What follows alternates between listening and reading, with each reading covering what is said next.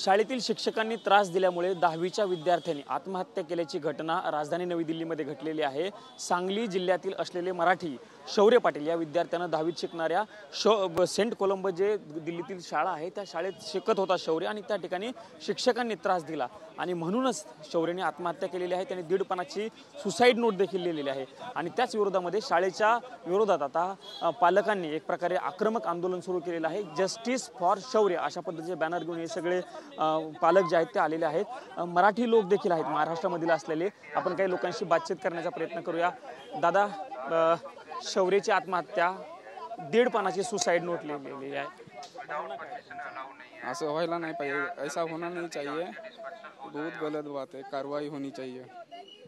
आपण इतर काहींशी बोलूया।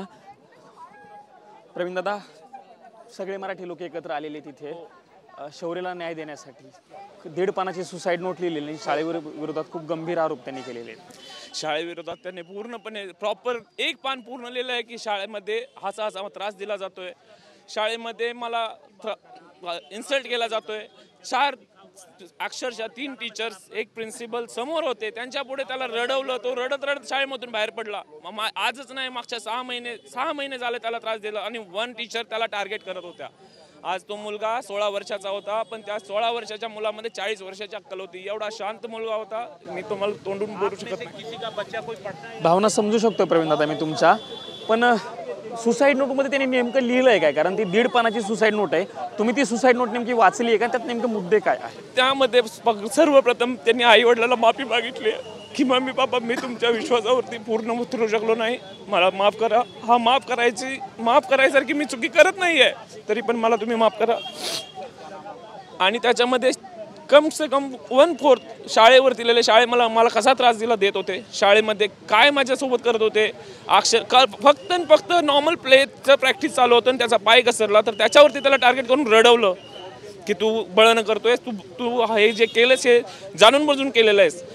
आणि त्याच्यावरती त्याला इन्सल्ट केला, तो रडत होता। रडत असताना प्रिन्सिपल बोलल्या की तू इथं माझ्या पुढे रडून तू ड्रामा करू नकोस, तू इथून निघून जा, मला त्याच्याशी काही फरक पडत नाही। आणि त्याच्या सुसाइड नोटमध्ये लिहिलेलं आहे की आजी मी केलंय, असं दुसऱ्या कोणी करू नये, पापा प्लीज त्यांना शिक्षा द्या। जे माझ्यावरती आज ही वेळ आली, ही वेळ दुसऱ्या कुठल्या विद्यार्थी दुसऱ्यावर कोणाही वेळ येऊ नये त्याने दाखवून यायचं होतं। इतरही काही पालक आहेत, आपण त्यांच्याशी बातचीत करण्याचा प्रयत्न करूया। फक्त मराठीच नाही तर अमराठी म्हणजे दिल्लीतील सगळे खूप लोक या ठिकाणी आलेले आहेत। शौर्याच्या बाबतीत जे घडलं ते दुसऱ्या कुणाच्या बाबतीत घडू नये असं त्यांनी 1.5 पानाच्या सुसाइड मध्ये उल्लेख लिहिलेला आहे। हो, शौर्यने त्याच्या सुसाइड नोटमध्ये खूप छानपणे असंच लिहिलेलं आहे की मी जे केले ते कृत्य, त्याच्याबद्दल मी सर्वांची माफी मागतो, माझ्या आईवडिलांची माफी मागतो। माझा शरीरातला कुठलाही अवयव जर कुणाच्या कामा येत असेल तर तो प्लीज डोनेट करण्यात यावा, असंही त्यानं त्याच्या सुसाइड नोटमध्ये लिहिलेलं आहे। आणि त्यानं पुढे हे लिहिले की माझा जीव फक्त मी एवढ्यासाठी देतोय की इथून पुढं कुठल्या दुसऱ्या मुलाला ह्या स्टेपपर्यंत नाही जायला गेलं पाहिजे, म्हणजे कुणाच तर जीव वाचेल। त्यांनी त्याच्या सुसाइड नोटमधला हाही मुद्दा तुम्ही सांगितला, पण आता कारवाई काय केली पाहिजे? कारण शाळेकडनं कुठल्याही पद्धतीचं स्पष्टीकरण अद्यापपर्यंत दिलं गेलं। कारवाईमध्ये 2-3 गोष्टी आहेत की इमिडिएट तर त्या टीचर्सना सस्पेंड केलं पाहिजे, महत्त्वाचं ते आहे। दुसरी गोष्ट, मान्य न्यायालयाची जी पण प्रोसिजर असेल ती प्रोसिजर फॉलो करून कोर्टाने, मान्य न्यायालयाने त्यांना इम्प्रिझनमेंट किंवा टीचर्सना पण डेथ पेनल्टी दिली पाहिजे। आमचा तोच शौर्यासाठी जस्टिस असेल। आतापर्यंत शाळेकडनं काही तुम्हाला सांगितलं गेलेलं आहे? कारण 3 शिक्षक म्हणजे मुख्याध्यापकांसह इतर 3 शिक्षकांवरती देखील 4 शिक्षक म्हणजे मुख्याध्यापक आणि 3 शिक्षकांची नावं आहेत। हो, त्या नोटमध्ये मुख्याध्यापक आणि 3 शिक्षकांची नावं आहेत। त्यानं हे पण लिहिलेलं आहे की ह्या 4ही शिक्षकांनी मिळून ह्यांना आणि बाकी विद्यार्थ्यांना खूप त्रास दिलेला आहे।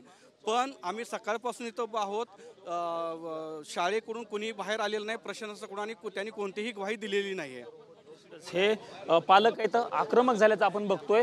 सकाळपासूनच जी शाळा आहे सेंट कोलंबस शाळा दिल्लीतील, त्या शाळेच्या बाहेर हे सगळे जमलेले आहेत आणि त्यांच्याकडनं आंदोलन जे आहे ते या ठिकाणी केलं जात असल्याचं दृश्य आपल्याला पाहायला मिळत आहे। कॅमेरामन राकेश कुमार यांच्यासह मी प्रमोद जगताप, TV9 मराठी, नवी दिल्ली।